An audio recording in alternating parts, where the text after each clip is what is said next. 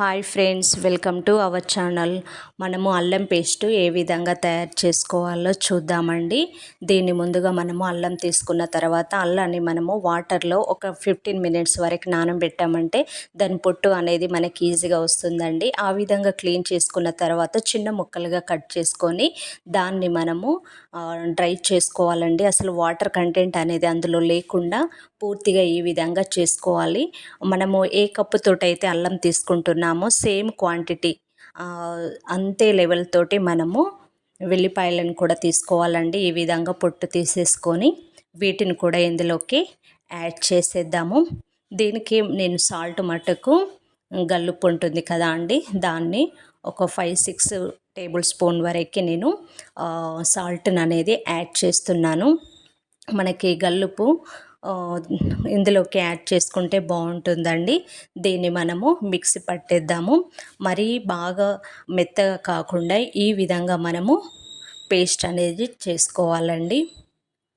చాలా ఈజీగా ఉంటుంది, నిల్వ అనేది ఉంటుంది. అల్లాన్ని ఎప్పుడైనా మరీ ఎక్కువ రోజులు నిల్వ పెట్టుకునే అంత క్వాంటిటీ లేకుండా ఎప్పుడు చేసినా తక్కువ క్వాంటిటీతో చేసుకోవాలి. ఒక 15 డేస్ వరకు, మళ్ళీ 15 డేస్ తర్వాత మళ్ళీ ఫ్రెష్గా చేసుకుంటే బాగుంటుంది.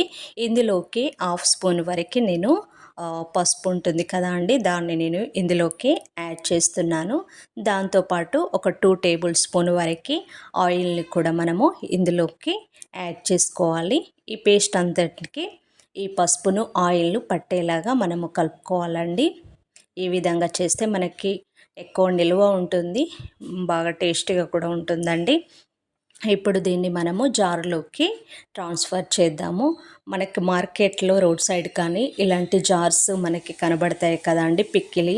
ఇలాంటి జార్లలో మనము నిల్వ పెట్టుకున్నామంటే అల్లం అనేది పాడవదు. అదేవిధంగా మనము ప్లాస్టిక్ డబ్బాలలో స్టోర్ చేసుకొని ఫ్రిడ్జ్లో పెట్టడం కన్నా ఈ విధంగా మనము జార్లో పెట్టుకొని అల్లాన్ని ఎప్పుడైనా బయటనే పెట్టుకోవాలండి. ఈ విధంగా ట్రాన్స్ఫర్ చేసుకుంటే అయిపోతుంది. ఇందులోకి స్పూన్ మనము ఒకటి చిన్నది నేను ఇందులో ఫిక్స్ చేస్తున్నానండి. మనం తీసినప్పుడల్లా మన హ్యాండ్ అనేది డ్రైగా ఉంచుకొని ఎప్పుడైనా ఈ పేస్ట్ని యూజ్ చేసుకోవచ్చు.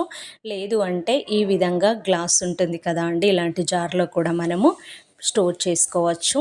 చాలా ఈజీగా ఉంటుంది, ఎక్కువ రోజులు కూడా మనకు నిల్వ ఉంటుంది. నేను మట్టుకు ఒక 15 డేస్కి ఒకసారి అల్లాన్ని ప్రిపేర్ చేస్తానండి. Thank you for watching.